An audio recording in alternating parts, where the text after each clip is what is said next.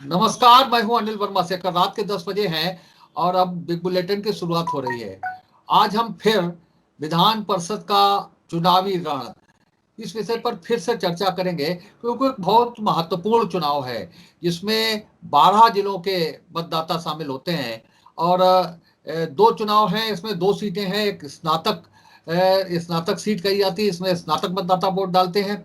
दूसरी शिक्षक क्षेत्र कहा जाता है, आगरा प्रखंड शिक्षक क्षेत्र, जिसमें केवल शिक्षकों को मतदान करने का अवसर मिलता है। और एक 22 उम्मीदवार हैं, 22, जो इस बार इस महत्वपूर्ण चुनाव में अपनी तकदीर आजमा रहे हैं। और हम लोगों ने एक दिन पहले चर्चा भी की थी, काफी कुछ मुद्दे जो हैं चुनाव को लेकर के, उन पर हम लोगों ने चर्चा की थी। आज हम चर्चा को आगे बढ़ाएंगे। आज की चर्चा में समाजवादी पार्टी से साजिद अली साहब शामिल हैं, भारतीय जनता पार्टी से विकास पांडे हैं, पार्टी के नगर अध्यक्ष हैं फर्रुखाबाद के। अभिषेक बाथम है, पार्टी की कई जिम्मेदारियां इनके पास रही हैं।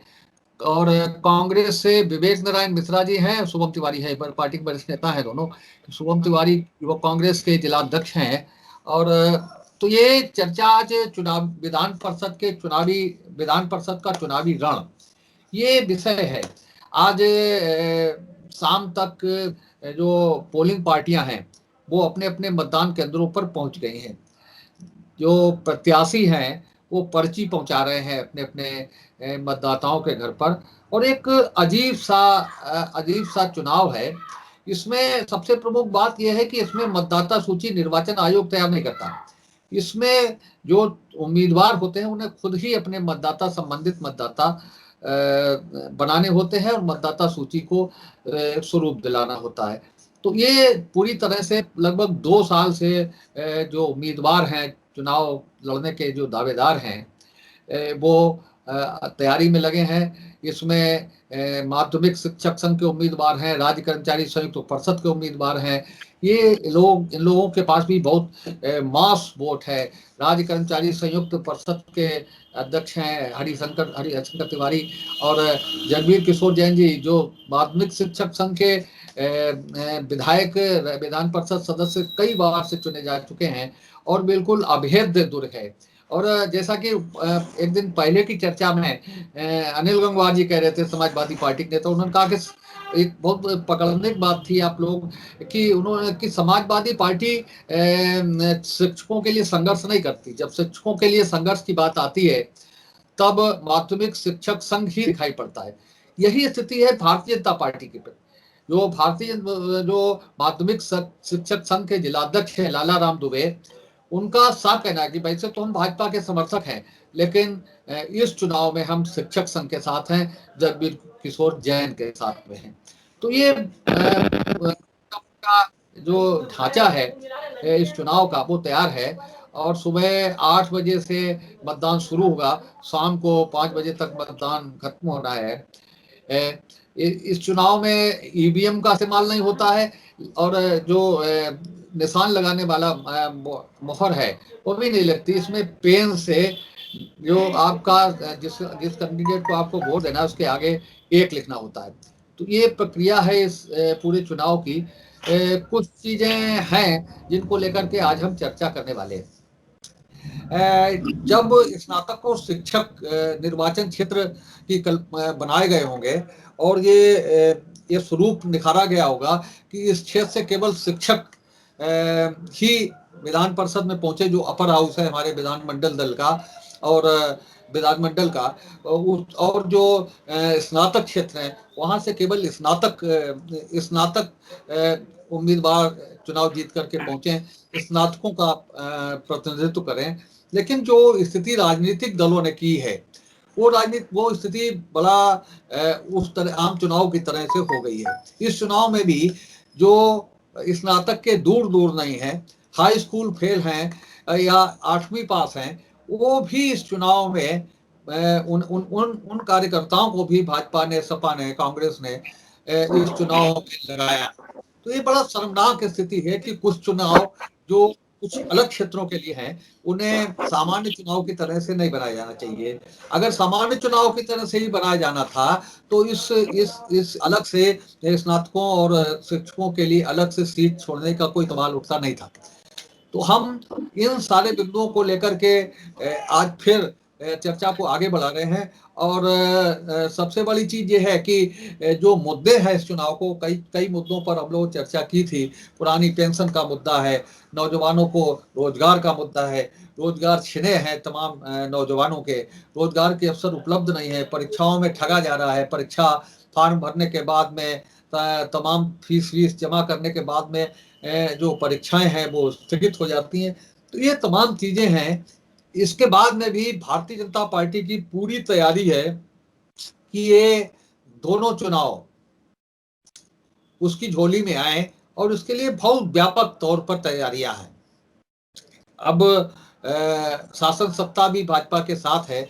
हालांकि इस तरह के दावे होते हैं कि शासन सत्ता का हम दुरुपयोग नहीं करते हैं और संगठन हमारा है, संगठन के आधार पर हम चुनाव लड़ेंगे। तो ये सारी चीजें हैं जिनको लेकर के विधान परिषद चुनाव का रण सजा है और प्रमुख राजनीतिक पार्टियां हैं वो तैयारी में हैं। सुबह 8 बजे मतदान शुरू होना है।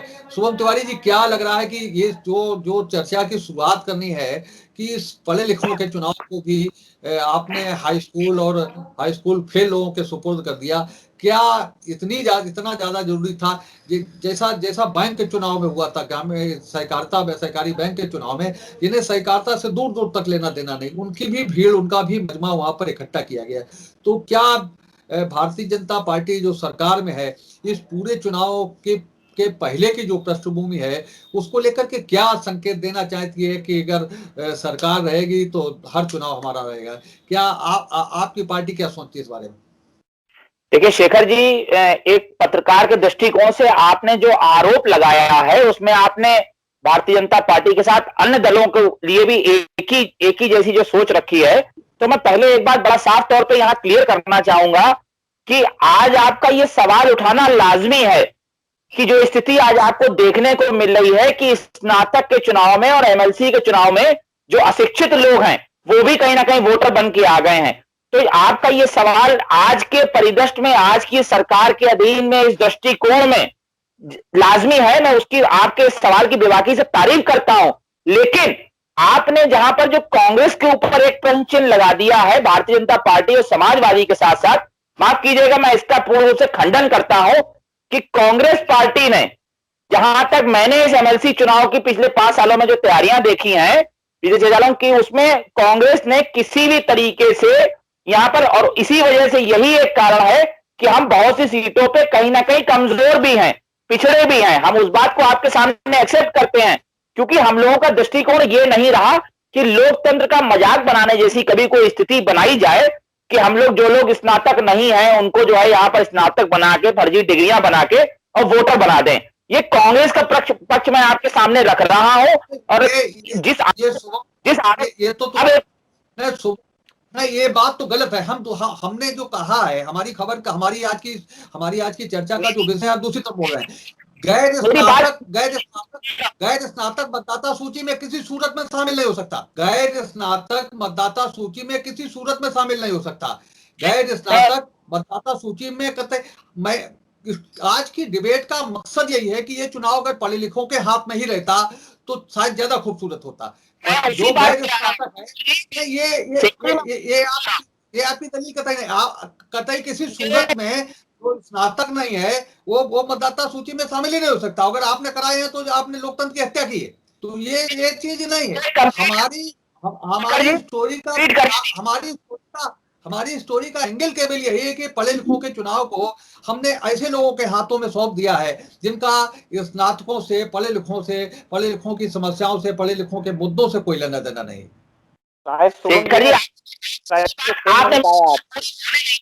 आपने मेरी बात, आपने अधूरी बात से एक एंगल बना लिया। मेरा प्रश्न यहाँ, मैं वहां पे प्रश्न नहीं लगा रहा हूं, मैं आपको एक सोच बता रहा हूं जहां पर आपने वर्तमान सरकारों के साथ कांग्रेस को जोड़ दिया। मैं उस पर एक कटाक्ष कर रहा था, ना कि आपके ऊपर कोई प्रश्न लगा रहा था। मेरी बात कंप्लीट होती है। तो बताइए, आपकी जो जिला की निर्वाचन समिति उसमें कौन कौन लोग हैं, बताइए, फिर हम बताएं, उनकी जन्म पत्र निकालें। जो आपकी जिले की आपकी जो चुनाव समिति है, जिले के जो संयोजक हैं, जो संयोजन समिति है, उसमें कौन लोग हैं, फिर बताइए, निकालिए, हम निकालते हैं उनकी जन्म पत्री। शेखर जी, मैं वो भी बता रहा हूँ, लेकिन कितने स्नातक लोग अब बचे हैं आप कांग्रेस में? मैं उसका भी जवाब दे देता हूं। यहाँ पर जो स्थिति आज जो भारतीय जनता पार्टी द्वारा बनाई जा रही है, जो कि पूर्व चुनाव में बनाई गई थी सहकारिता वालों में, मैं उसी पर आ रहा था कि जो लोग इस नाटक से दूर दूर तक का वास्ता नहीं रखते हैं, वो इस चुनाव में हस्तक्षेप कर रहे हैं। मेरा एंगल यहाँ पर यह कहने का हो रहा था, लेकिन आपने मेरी बात को तटस्थ नहीं होने दिया। मेरी पहले बात सुनिए पूरी, कि आज जो स्थिति है, जो पर्ची बांट रहे हैं या जो वहां पर कैंपेन कर रहे हैं या वहां पर एक व्यवस्था बना रहे हैं बूथों पर, अन्य पार्टी के लोग, खासतौर पर सत्ता दल के लोग, वो स्वयं स्नातक नहीं है। मैं उस पर कटाक्ष करने का प्रयास कर रहा था, लेकिन आपने जब कांग्रेस के ऊपर उसे आरोप जड़ दिया, तो मैं यहां पर साफ कहना चाहता हूं कि ईवीएम भी कांग्रेस लाई थी, ईवीएम भी कांग्रेस लाई थी, और आज देश में ईवीएम के ऊपर बहुत बड़ा सवाल उठ रहा है। अगर कांग्रेस इस तरीके की हेरफेर की सोच रखती होती मान्यवर, तो यहां पर ऐसी स्थिति कभी नहीं आती जो आज भारतीय जनता पार्टी कर रही है। हर चुनाव में लोकतंत्र की खुलेआम हत्या हो रही है, इस चुनाव प्रक्रिया का मजाक बन रहा है। वही कहीं ना कहीं आज आपका भी सवाल है, और वही कहीं ना कहीं हमारी भी सोच है। हम उस एंगल पर आपसे कहना चाह रहे हैं कि भारतीय जनता पार्टी कोई बड़ी बात नहीं है कि जो स्नातक नहीं होंगे उनकी भी फर्जी डिग्रियां बनवा के इन्होंने वोट बनवा दिए होंगे, तो कोई बड़ी बात नहीं है, क्योंकि लोकतंत्र में तानाशाही कैसे चलाई जाती है ये वर्तमान सरकार से अच्छा कोई नहीं जानता। स्नातक चुनाव में भारतीय जनता पार्टी की मजबूरी है कि ईवीएम नहीं है, लेकिन चुनाव के लिए जरूरी है। आज विषय पर नहीं, या विषय को आप समझ नहीं पाए, विषय पर बोल नहीं रहे हैं, समझिए। उससे पहले साजिद अली। शेखर जी, आपने जो विषय रखा है, वो विषय के बारे में मैं बता देना चाहता हूं कि वास्तविकता में जो पढ़े लिखों का चुनाव है, स्नातक लोगों का चुनाव है, कायदे में वो बागडोर सारी स्नातक लोगों के ही हाथ में होनी चाहिए थी, ना कि हमारे जो हाई स्कूल या इंटर के लोग हैं उनके हाथ में लेकर और उनकी भीड़ को इकट्ठा नहीं करना चाहिए था। हम स्नातक का चुनाव लड़ने जा रहे हैं, हम अपने स्नातक के एमएलसी को बनाने जा रहे हैं, और इस स्नातक क्षेत्र में एक बहुत बड़ी, शेखर जी आप भी देखते हैं हर चुनाव में, मैं भी देखता हूं कि सबसे बड़ी एक समस्या जो आती है, वो सबसे बड़ी समस्या मेरे भी समझ में आज तक नहीं आ रही है कि हर बार वोट नया ही बनता है स्नातक में। कायदे में तो ये होना चाहिए कि स्नातक में जो वोट स्नातक जिसने कर लिया था, एक बार वोट बन गया था, तो उसका वोट रहने दो। अगर उसके साथ वो कहीं पे नौकरी करने लगा है, अगर कहीं पे वो उसकी मृत्यु हो जाती है, तो उसका वोट काटना चाहिए। लेकिन हर बार वोट नया बनाना पड़ता है, जिसमें हम लोगों को बड़ी मेहनत करनी पड़ती है, और इसलिए मेहनत करनी पड़ती है, सारे कागज वेरीफाई कराने पड़ते हैं, और वेरीफाई कराने के बाद तब उसको ब्लॉक में जांच अधिकारी के यहाँ हम जमा करते हैं। और रही बात ये कि स्नातक में, जैसे कल मेरी ब्लॉक नवाबगंज में मुझे रखा गया है, मेरे साथ में प्रभात यादव जी हैं, केपी जी हैं, और हमारे साथी भी हैं, तो कई लोग हैं जो हम ब्लॉक नवाबगंज को हम देखेंगे कल। लेकिन उसमें सबसे बड़ी समस्या जो ये कह रहे हैं, ये समस्या यहाँ पे नहीं आती है। समस्या यहाँ पर ये आती है कि जो ये वोट इकट्ठे किए जा रहे हैं, जो हाई स्कूल के साथियों को भीड़ लगा के इकट्ठा किया जा रहा है, उसमें केवल ये होगा कि अगर कोई विजय कुमार का नाम का है तो उससे विजय कुमार के नाम को थमाकर आगे बढ़ा देंगे, और बढ़ाने के बाद उससे वोट डलवा लेंगे। ये काम करेंगे सत्ता पक्ष के लोग, इतना ये करते हैं, इसलिए ये भीड़ इकट्ठी की जा रही है।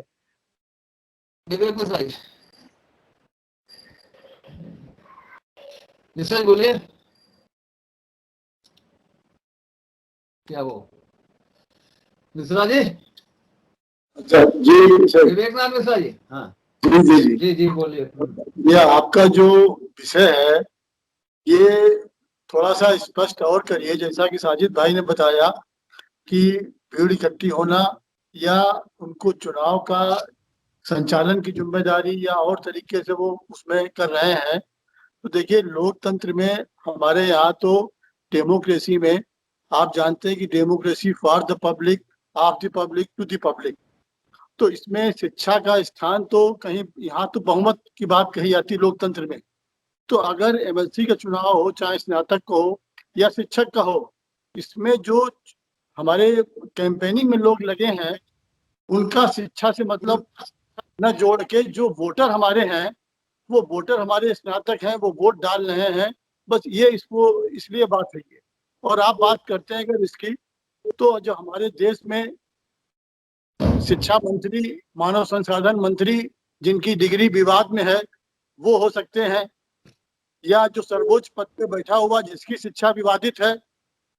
तो हम आगे सुधार की ऐसी उम्मीद भी नहीं कर सकते हैं कि कोई अगर ये स्नातक क्षेत्र के चुनाव हो या शिक्षक क्षेत्र के हों तो उसमें कैंपेनिंग करने में भी पढ़े लिखे लोग लगाए जाएं। ऐसी तो हमें आगे की उम्मीद भी अब नहीं लगती है मौजूदा वर्तमान सरकार के शासनकाल में ये। हाँ, अभिषेक जी, अभिषेक, विकास पांडे जी बोलिए। मंत्री जी कह रहे हैं, बार बार कह रहे हैं, कई बार कह रहे हैं, वन इलेक्शन उनका उनका है लक्ष्य, वन नेशन वन इलेक्शन का।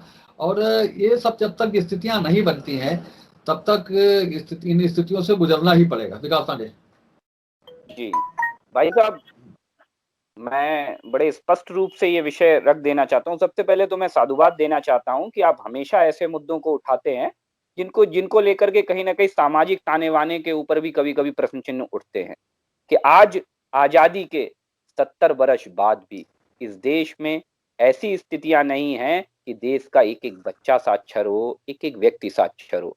ये विषय बड़ा दूर का विषय है, बड़ी दूर की कौड़ी है। निश्चित तौर पर आपके सवाल की, इन प्रश्नों की मैं सराहना करता हूं। दूसरा विषय आता है कि आपने कहा है कि ऐसे कार्यकर्ता लगे हैं जो 8वीं पास हैं, 10वीं पास हैं, इंटर पास हैं और वो ग्रेजुएट प्रत्याशियों के लिए चुनाव लड़ा रहे हैं। ये विषय जहां तक यही रखा है आपने।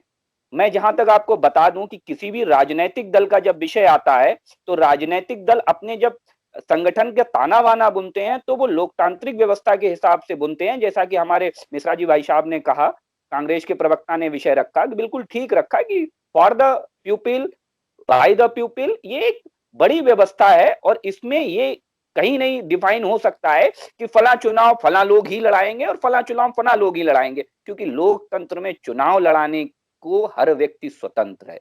भारत ऐसा लोकतंत्र है, यहाँ शिक्षकों के चुनाव भी अनियंत्र जो शिक्षक नहीं होते हैं वो भी लड़ा रहे हैं। ऐसा नहीं है, शिक्षकों के चुनाव में भी यही स्थितियां हैं कि जो शिक्षक नहीं है वो भी इस चुनाव को लड़ा रहे हैं और बढ़ चढ़ के हिस्सा ले रहे हैं इसमें।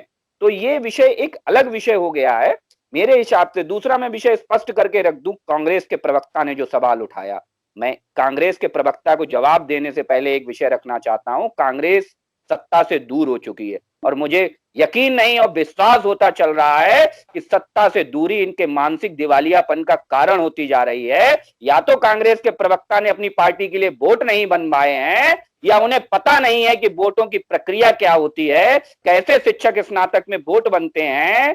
ये समाजवादी पार्टी के प्रवक्ता ने अभी इन्होंने वोट बनवाए हैं, इन्होंने बड़े स्पष्ट रूप से ये विषय रखा है सभा के प्रवक्ता ने कि हमने ब्लैक पे जाकर के सारे कागज, एक एक कागज वेरीफाई कराने पड़ते हैं, ये करना पड़ता है, वो करना पड़ता है, क्योंकि इन्होंने काम किया है। हमारे कांग्रेस के प्रवक्ता ये जानते ही नहीं है कि 8वीं पास व्यक्ति वोटर बन ही नहीं सकता, क्योंकि इसमें ऐसी एक जटिल प्रक्रिया है कि जिसमें ये फर्जिफिकेशन चल ही नहीं सकता। ऐसे आरोप कभी लगे नहीं है, ये अज्ञानता का विषय है, मानसिक दिवालियापन, इसका स्वयं वो निर्णय करें, इससे मुझे कोई लेना देना नहीं है। दूसरा उन्होंने कहा लोकतंत्र का हम मजाक नहीं बनाते।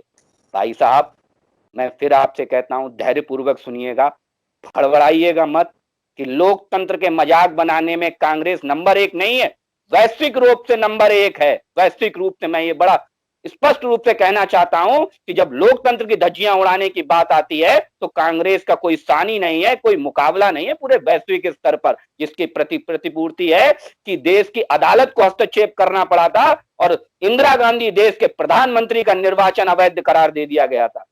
इसका सीधा जीता जागता उदाहरण है कि देश में लोकतंत्र की हत्या करके कैसे विद्यालयों को जेल बना दिया गया, कैसे छोटे छोटे स्थानों को जेल बना दिया गया और एक आम आदमी, चाहे कवि हो चाहे राजनेता हो, ये नहीं देखा बस जेलों में ठूंस दिया गया उसे। ये विषय कांग्रेस के साथी किसी और पे आरोप ना लगाएं। लोकतंत्र की हत्या के मामले में उन्होंने पीएचडी कर रखी है, इसलिए वो किसी तौर पे किसी अन्य दल पे इस तरीके के आरोप बिल्कुल ना लगाएं।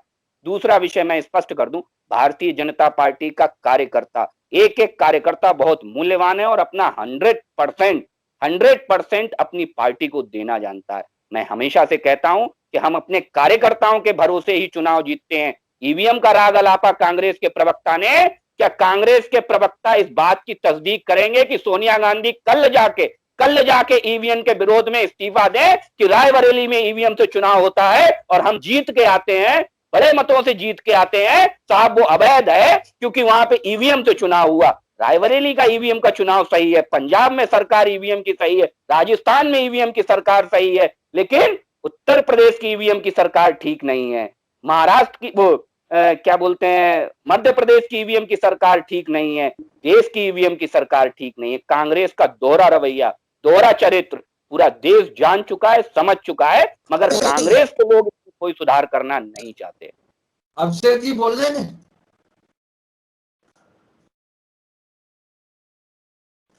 अभिषेक अपनी आवाज खोलो, नीचे तुम्हारा माइक बंद है, अपनी आवाज खोलो, माइक बंद है तुम्हारा नीचे।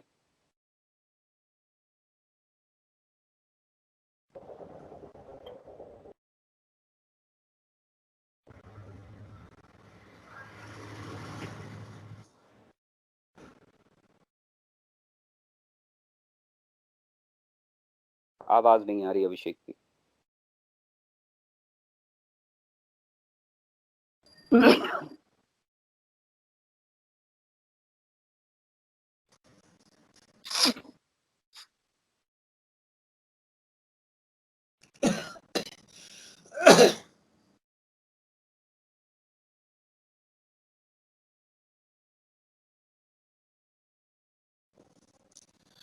हाँ शुभम, बढ़ाइए बात आगे जो आरोप लगे हैं।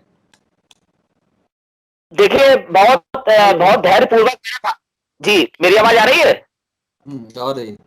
बहुत धैर्यपूर्वक मैंने भाजपा से जो है कहीं ना कहीं अपनी बात को कांग्रेस के ऊपर उतार दिया है भारतीय जनता पार्टी ने, और उन्होंने करार दिया है मुझको यानी कांग्रेस के लोगों को कि हम मानसिक दिवालिया हैं।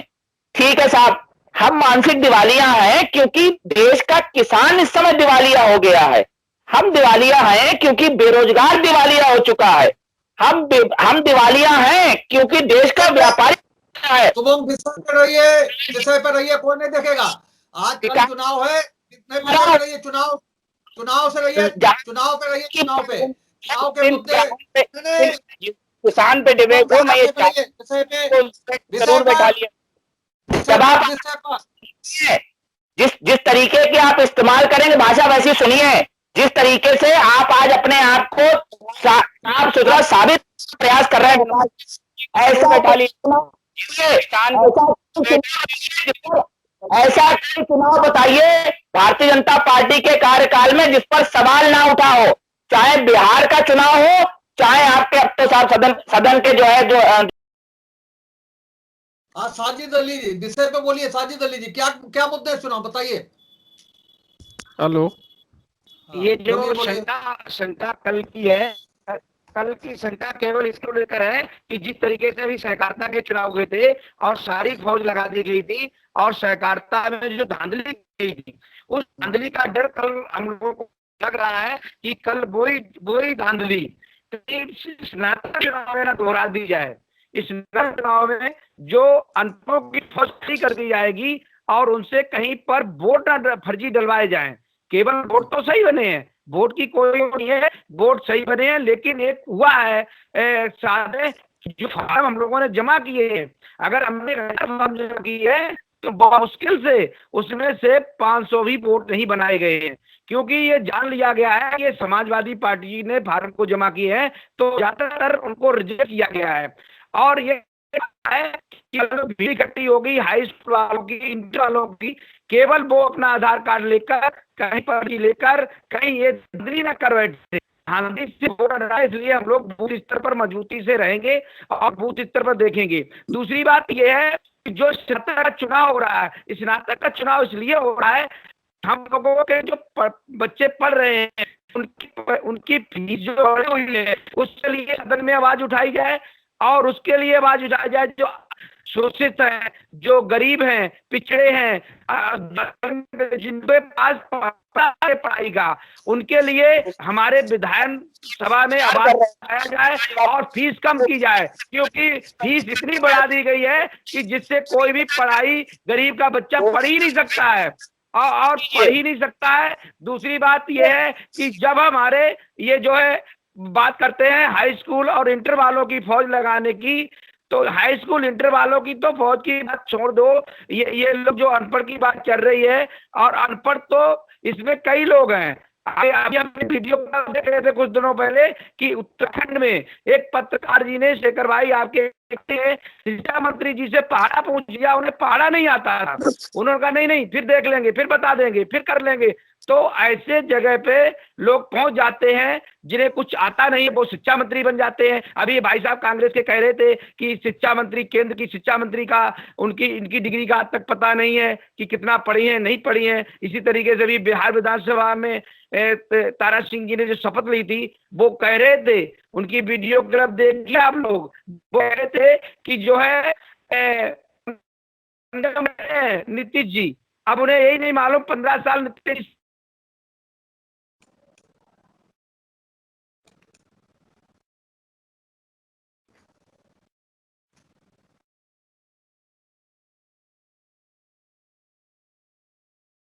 हाँ क्या हुआ?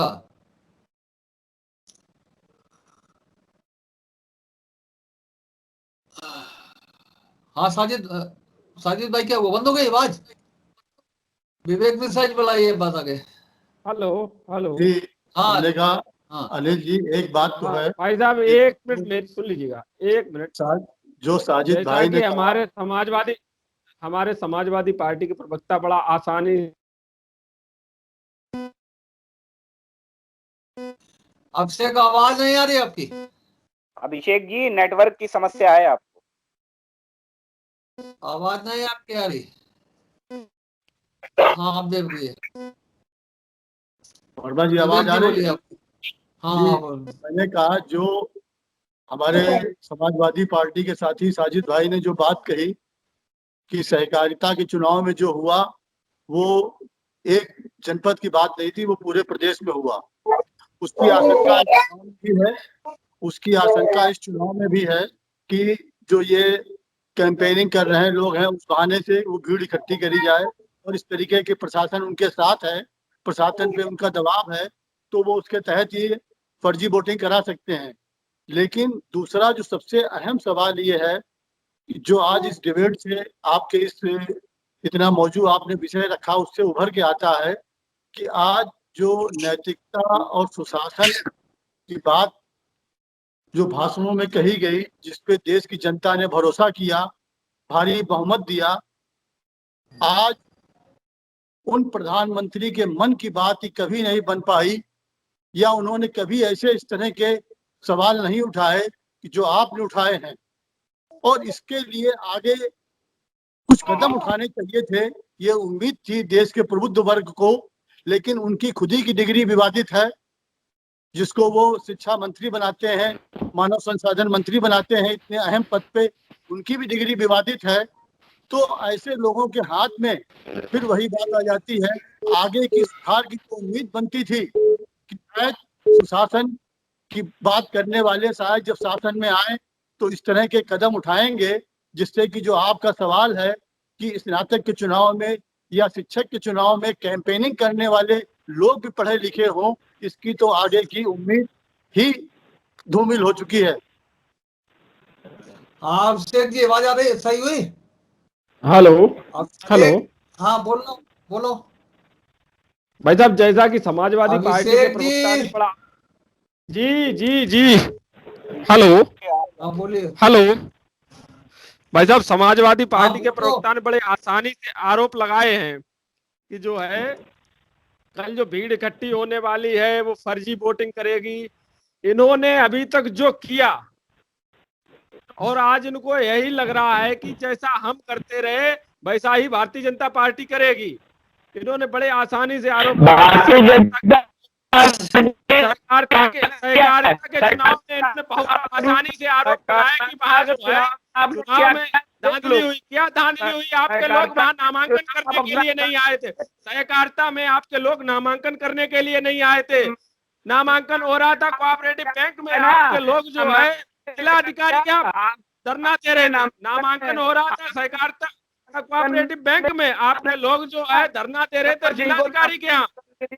सुनिए आप सुनिए, सुनने की क्षमता रखिए। आरोप तो बहुत आसानी से लगाए जा सकते हैं, लेकिन भैया थोड़ा सुनिएगा, धैर्य पूर्वक सुनिएगा, थोड़ा धैर्य पूर्वक सुनिएगा। सुनिए भाई, धैर्य पूर्वक सुनिएगा। आपके लोग कन्नौज से एकत्रित होके कहाँ आते हैं? जिलाधिकारी के पास, कि साहब हमें वहां नामांकन नहीं करने दिया। आपका कौन सा व्यक्ति वहां नामांकन करने के लिए आया था? और रही बात भीड़ की, स्नातक चुनाव में, छात्र संघ के चुनाव में आपके नवाब सिंह यादव जी पीएसएम में क्या करते हैं? सुनिए, अरे सुनिए भाई, धैर्य से सुनिएगा। जब पीएसएम कॉलेज में छात्र संघ के चुनाव होते हैं तो भैया वहां नवाब सिंह यादव अब छात्र भी नहीं रहे हैं। कभी छात्र नेता हुआ करते थे, लेकिन वो पूरा समय देते हैं कहाँ? पीएसएम में। उनके ही गुट का व्यक्ति जीतना चाहिए, वीर सिंह के गुट का नहीं जीतना चाहिए।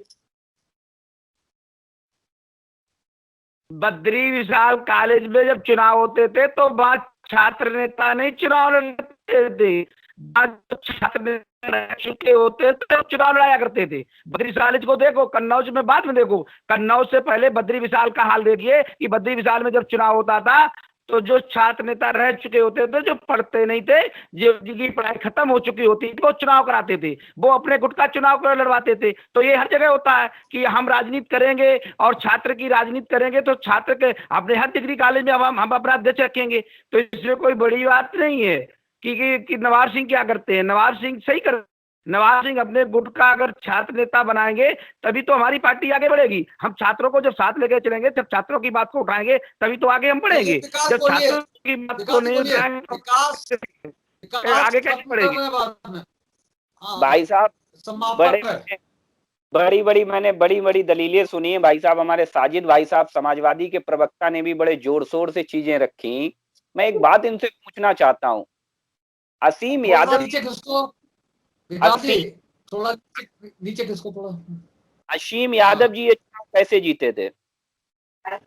कैसे छोटे सिंह यादव जी का कब्जा बरसों बरस इस सहकारिता पे बना रहा? कितना बढ़िया लोकतंत्र था कि बरसों बरस बने रहे साहब। इतना बेहतरीन लोकतंत्र था साहब, इतने लोकप्रिय थे कि सांसद दोबारा नहीं बन पाए, दोबारा जनप्रतिनिधि नहीं बन पाए, लेकिन बरसों बरस उनका कब्जा सहकारिता पे बना रहता है। सहकारिता डेलीगेट से चुनाव होता है और डेलीगेट से छोटी समितियों से चुनाव होता है। छोटी समितियों में अगर कब्जा करके हम ऊपर बढ़ते हैं तो हमारे डेलीगेट ज्यादा होते हैं। जब डेलीगेट मुझे समाज समितियों में चुनाव नहीं, छोटी समितियों में हमारे डेलीगेट नहीं चुन पाते हैं तो आगे हम नहीं लड़ पाते हैं। हमारे नवाबगंज में आपने कब्जा करने की कोशिश की, लेकिन हम लोगों ने कब्जा नहीं होने दिया। नवाबगंज का सहकारिता का चुनाव समाजवादी पार्टियों जब से का चुनाव हम लोगों ने जीता है। एक मिनट, मैं ये धैर्य पूर्वक सुनिए, थोड़ा धैर्य लाइए। मुझे वैसे भी समाजवादी साथियों से बड़ा डर लगता है क्योंकि आपका बैकग्राउंड बहुत आक्रामक है और आप लोगों का बस नहीं चलता है, नहीं तो डिबेट में से निकल के भी आप कुछ कर सकते हैं। तो मुझे बड़ा धैर्य से मुझे डर लगता है, चाहता हूँ अपने शब्दों के लिए। भाई साहब तेज नहीं है, हमारे नेताजी तेज हैं, हमारे नेताजी तेज हैं। माननीय मुलायम सिंह अखाड़े के पहलवान है, वो तो दुनिया जानती है, अखाड़े के पहलवान है। हम लोग पहलवान नहीं है भाई साहब, हम इसलिए आपसे जो है बड़ा विनम्रता से निवेदन नहीं है तो निवेदन है साहब, हमें भी सुन लीजिए। दूसरा एक विषय मैं रख दूं स्पष्ट रूप से कि हमारे कांग्रेस के साथी बार बार देश के मानव संसाधन विकास मंत्री की बात करते हैं। इन्हें पता नहीं है कि मानव संसाधन विकास मंत्री एमए पास हैं, गढ़वाल यूनिवर्सिटी से एमए पास है मानव संसाधन विकास मंत्री। कोई भी कांग्रेस का साथी चाहे तो इसकी तस्दीक कर सकता है कि भारत के मानव संसाधन विकास मंत्री यानी शिक्षा मंत्री एमए पास हैं। 10th नहीं है। आपकी जानकारी का शायद अभाव है कि वो शिक्षा मंत्री 10th नहीं है। अगर कोई समाज व कोई भी कांग्रेस का प्रवक्ता इस बात की मेरी झूठ ला दे तो मैं वो हार जाऊंगा, अन्यथा इस डिबेट को रिपीट करके सुन ले कि वो उन्होंने क्या बोला था और मैंने उनका सही जानकारी देश के मानव संसाधन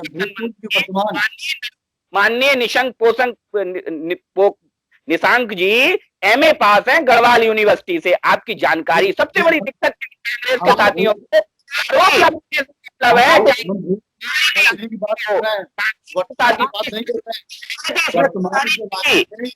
तो हरियाल जी के बारे में आपको मालूम है पास है तो सही है, लेकिन मैं संसाधन मंत्री स्मृति आप बताएंगे कि जो सरकार जिसे ये नहीं मालूम, जिनके लोगों को ये पता नहीं है कि 8वीं पास वोटर बन सकता है या नहीं बन सकता है, वो लोग शिक्षा मंत्री की डिग्री पर प्रश्न चिन्ह उठाते हैं, शिक्षा मंत्री पर प्रश्न चिन्ह उठाते हैं। क्या वो